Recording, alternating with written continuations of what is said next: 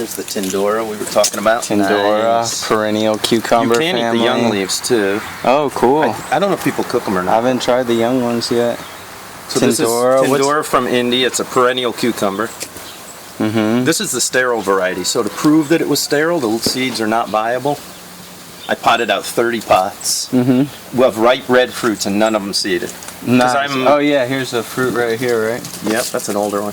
Old one. So yeah. the caution about this plant is 1 out of 1,000 people, I'm thinking, it's 1 out of a lot. If you eat the green fruits, it'll make you have diarrhea badly. Oh geez. John Starnes, the gardening whiz in Tampa, he's one of people, and there's other people on the internet. Me and 100 people eat them in salads and we're fine. But so you want to, when you first eat the Tindora cucumber, you just eat a little, half of one, and see how it makes you feel. Gotcha. And You it's can eat gotta the- be fully ripe. Well, no, when it's green, I eat it. Okay. That's what I'm saying. It affects some people when it's green. Then it ripens from the top down, red. It'll be half red, half green. I eat that too. It's pink inside. And then when it turns all red, that's also used in Indian cooking.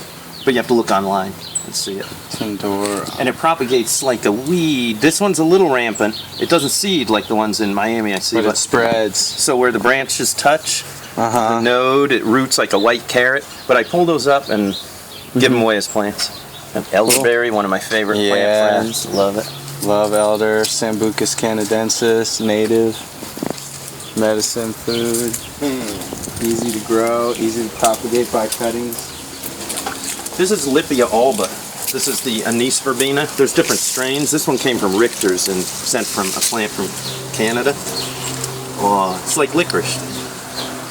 Oh, that's total licorice vibes. Isn't that beautiful? Yeah, you go check it out. So this is a strong type of alba. They have different flowers. This one's the yellow flowered one, which has a real nice scent. Oh, beautiful. Yeah, there's a little flower on there too. It makes a good tea. Nice sun tea. You can get right up in on it and it'll refocus. This is my...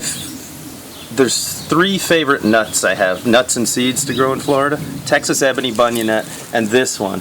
This is a toxic plant, the physic nut. Oh, okay. But this is the only strain I know of that Julia Morton, Dr. Julia Morton at the University of Miami took me out and showed me this one. And then people like Bill Assard, the organic grower in Miami, have grown this. It's super easy to root from cuttings. In 6 months in the warmer parts of Florida, you get a little seed and it tastes like a pistachio almond. Paula Diaz and Tree Huggers Farm, they grow it and love it. Is there any kind of processing that has to be done to it? Nope. Does it have to be like you can eat it roasted or raw. soaked? So Awesome. a raw nut in Florida that tastes great in 6 months, whoa. Yeah. This is a little cold for it, but love this. But And this only is physic nut? Only the chocolate. Yeah, all other physic nuts will make you violently vomit. What's It's called the species? purging nut. I don't remember. I'm drawing a blank right now. Toxic sap, toxic parts, but the nut on this one. Only the Chokoloskee Island strain, Chokoloskee Island. which is an Physic island nut. down near 10,000 Islands. Yeah. Oh, cool. This plant is going. This plant is a gift going away to a farm. Because, I have a rule here I want to stick to, only heirloom plants. So this is Southern Home Grape, which was sold to, it has a beautiful leaf, but it was sold to me as an heirloom. It's not an heirloom. It's a colchicine acid artificial cross between 2 different grape species with different chromosome numbers. So they took colchicine acid with a bunch grape and a muscadine grape and turned in. So to me, it's like a monster, and I don't want the pollen mixing with my natural grapes. So this one, but somebody wants it, so that's cool. So it's going somewhere. Down here on the ground, this self-seeds all over the farm. This is a delicious water leaf. People call it Jewels of Opar, but it's not. It has a larger pink flower. Yeah. This is maybe, fruticosum or something? Yeah, fruticosum, and the other one is paniculatum. Yeah, paniculatum I like a lot with the small leaf, and that self-seeds here too with the little pink flower. This one's amazing though. I mean, it just pops up everywhere, so I'm going to put big beds of this in. Oh, is this that num-num again? This is the taller num-num. We saw the dwarf one back there. The num-num has these little thorns with double thorns on them. So it's a carissa. It's from South Africa. It's got white flowers. It's an evergreen here. People plant it as hedges, but the fruits, when they're totally ripe, are delicious. It has white sap in it, which is a sign that you don't want to eat a lot of plants, but this one's okay. Even when you pick the fruit, it might have a little white sap like a fig. This fruit is amazing. This fruit is delicious. And you called it Carissa, is the genus? Or? Yeah, might be Macrocarpa, I think. There's a Chinese market ube back there that I want to pull out of the pot, which is like a special. Oh yeah, solstice today. Wow. We'll just pop it out of the pot. We'll take the pot. It'll take us 1 minute. Cool. It's my favorite yam with 24 yams. Awesome. 24 different yams. This one wins the prize for most also. Yep.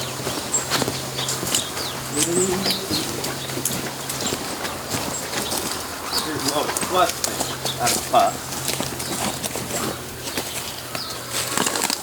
This is a purple ube yam, so we don't know what species it is. I'm big into first saving the weeds when I dig up a patch, so this is a fireweed. This will go in our native plant nursery. This is a native plant, has edible fruits that are kind of resinous-y, don't taste so great, but it attracts butterflies like crazy. So this, see, before I destroy this baby, Fireweed. firebush. Firebush. The zebra longwing butterflies love to drink from this. Oh, and it attracts hummingbirds like a magnet. The tubular orange, red nice. flower stuff. This baby's gonna get planted. Now this one, I always mark when things are planted and planted up. So this one I planted up again on March 18th of this year. So here it is, December 21st. Mm-hmm. We're gonna see what's going on with this. Well, it's too big. This is after about 9 months of growth. Yeah, let's see. Do we have something to cut it with? I don't have a knife on. I got one. Boy, it's a tough one. That's good. Whoa, look at that color there. Wow, it totally is Whoa. just breaking right out of the I guess pot. I don't. See, it's the dark one. Oh, I love that. We're calling it Chinese market because it came from that color is primo. you think it could be good for your heart? Okay, baby. Come on, little baby. Oh, yeah. Oh, it's huge. There's 30 pounds of ube here. 9 months. Here, if you just What's break that, away a the dirt. 25-gallon pot? Yeah. It has delicate. Now, this ube is special to me. They call it a smooth ube. I'm interested in ubes where you can eat the skin. A lot of them you can't. This one has unbelievable color, unbelievable vigor, and edible skin. So it wins the prize. Out of the 24 yams I grow, this one. Have you heard anything about like any level of toxicity or like I've heard of like dioxin or something? In a lot of other yam species, there's chemicals that you got to watch out for. More so medicinal yam species. They can affect your hormones a lot. But these yams, this is Dioscorea alata. This is probably a Filipino variety, but we're not sure. And this wouldn't grow up north at all, huh? No, in a greenhouse. And you see this stalk here grew 60 feet. Wow. So in a greenhouse it's kind of tough. Okay, we don't go too far, but that shows you. Look at that color. Whoa. Now I'm going to take the crown, the top part, and replant that. And I'm also going to take some of these roots, let them dry in the kitchen until they sprout. If you plant roots that are too big, they're going to rot and straight away. So you wait to I see might it cut sprout that, and then it'll let cut it off. sprout up to here, and then plant it out. Gotcha. This is amazing food. Look at that. Yeah, that is beautiful. So it's like tastes like a potato. It's not real sweet. So it's not. Everyone in the South here in southern United States calls sweet potatoes yams. That's wrong. Right. These are true yams, Dioscorea. Yeah, the sweet potatoes are Sweet. Ipomoea Look in at the that. Morning Glory family. That is amazing, isn't it? Yeah, that is glorious. Love that. Nice. Oh, maybe I should plant this down at Go for it. down in Homestead. I would let it dry a bit and then plant it out. Yeah. I'll let it just dry. That one, that's the most exciting yam I've harvested all year. Awesome. Yeah, new moon vibes. Yeah, this is what oh, I should grab some of this. Oh, the seeds will be here when I get back, right? Yeah, there's tons of them. This is the first day of the Gul Sham, which is just called blue sage. Yeah. It has flowered ever, so here it is flowering on the solstice, first day ever. Yeah, beautiful. This was another New gift moon from John solstice. Starnes. So it's And an this is Ayurvedic. yeah. I don't know much about it. I'm going to look into it, but it's an Ayurvedic herb, and the Ayurvedic doctors call it Gul Sham. Gul Sham. And I don't know much about it beyond that, but it is gorgeous. Yeah, very pretty. This We had some cold snaps, so this one's dying down. This is Dioscorea trifida. So this is the Mapui, or Yampi, they call it. My friend from Venezuela, Paula Diaz, was a fan of this, so I tracked it down because she inspired me to get it. I'm going to try and pull up a baby root to show you. Nice. Come here, root. Oh, yeah.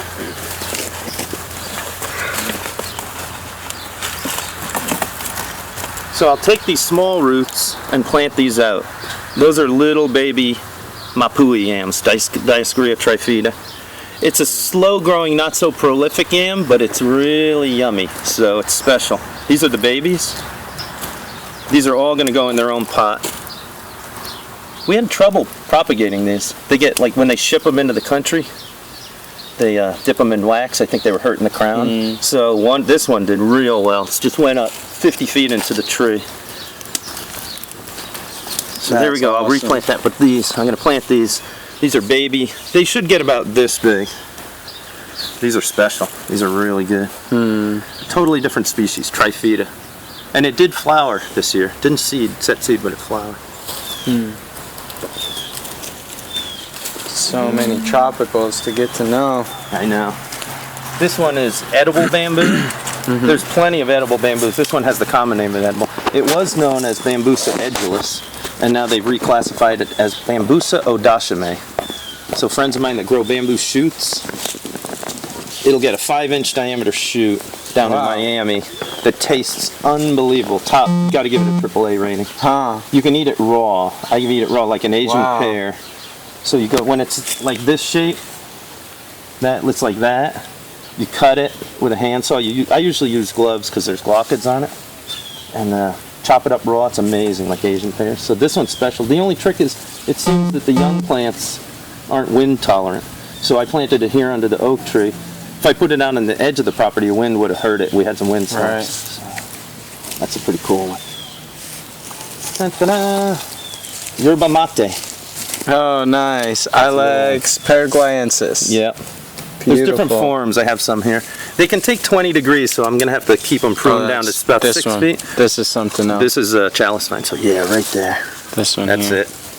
You can see, if you look on the margin really close, you can see these fine little teeth that are really common to the hollies. Ilex is the holly genus. We have about 5 holly species here. I've tried a bunch. My favorite is the vomitoria. Ilex vomitoria. Yep, Ilex vomitoria. The natives use it still in their religious ceremonies, but I love the Ilex vomitoria, which is related. To me, it's the native mate. Yeah, totally, yeah. It's like I grow the Lycium caroliniana, the native goji berry, which they call Christmas berry here. Right. To me, it's delicious. I put it on low heat overnight in the dehydrator, about 100 degrees, and then you get little raisins. They're delicious. Oh, that's awesome. That won't go very far north, though. I haven't seen it past Carolina on anything. Right. Like that. Yeah. And here, I've made, let's see, I've made over 1,000 laminated posters of useful plants in Florida, just off the chart. And I'm also big into identification of wild plants. So this will show you how to identify the sea hibiscus, mayho, and milo, how to tell them apart.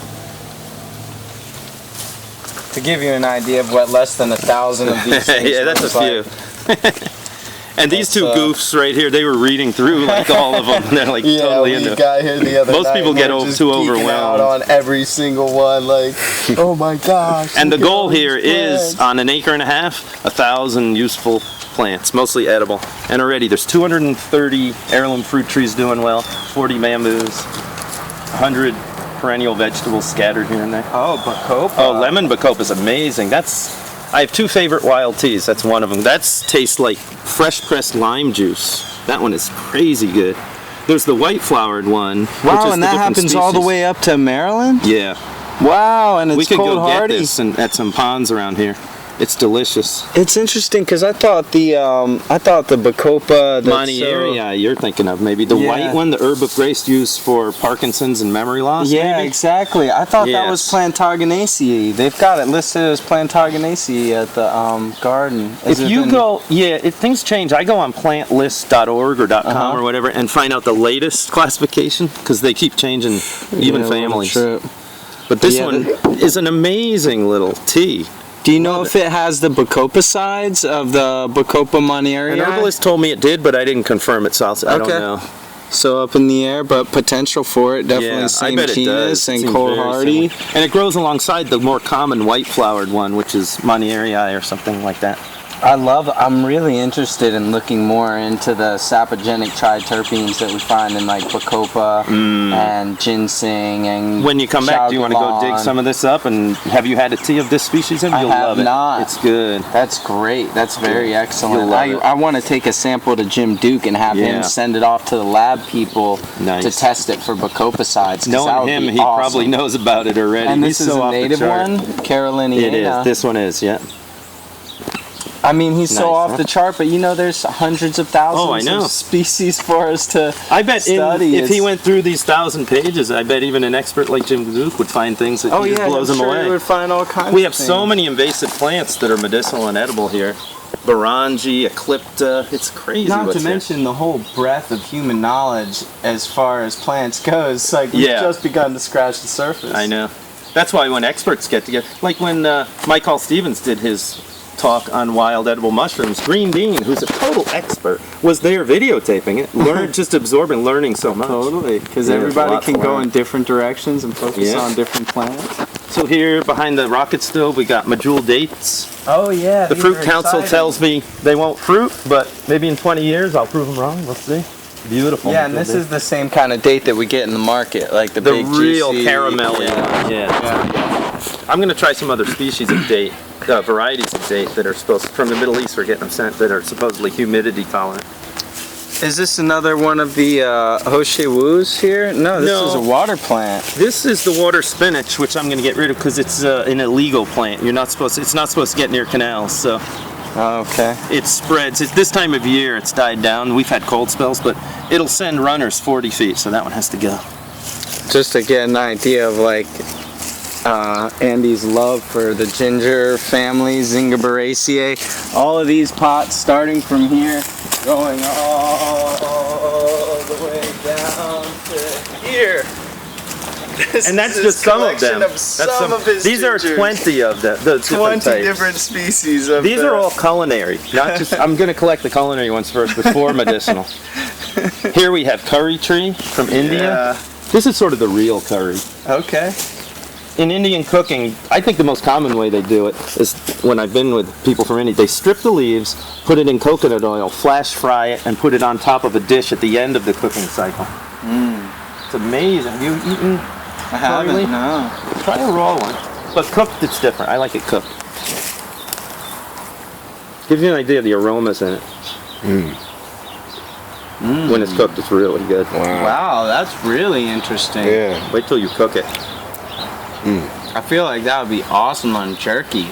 Yeah, it's almost like a smoky kind of taste. It's got a smoky People flavor. really get into this plant when I give them a little root cutting.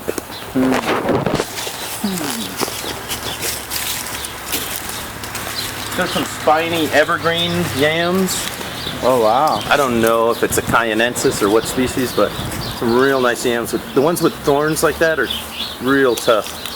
See, there's another 20 pounds of food in there. See that? So I'm a peaceful survivalist, so I don't believe in root cellars and storing cans of food. I don't like old food. I want fresh food. So I can go around the county and dig up 10,000 pounds of the wild winged yams right now, easily. Wow. 10,000. There's some kumquats through here. These fruits. That's a marumi, a real old ancient variety. Kumquats are nice. They'll fruit in the shade. We have a list of 200 plants that will fruit in the shade. Don't let anyone tell you you can't grow things in the shade in Florida or anywhere. Yeah, look how shady it is. We haven't even left the shade yet, and we've already gone over. I prefer the shade. Yeah, already gone over species. Suriname cherry. I prefer the black ones, which have the fruits that are black, less resinous tasting. This is Zill's black. Zilla's one of the plant experts out on the other coast of Florida who developed this. Yummy. It can be invasive in South Florida, the Suriname cherry, so you have to know you want to plant it. All over the place I'm planting the native corky stem passion vine, which is a magnet. Sometimes I'm planting it in the ground and the zebra longwings will land on it while I'm planting it and lay an egg on it. They love it that much. Wow. Those plants. And that's another passiflora.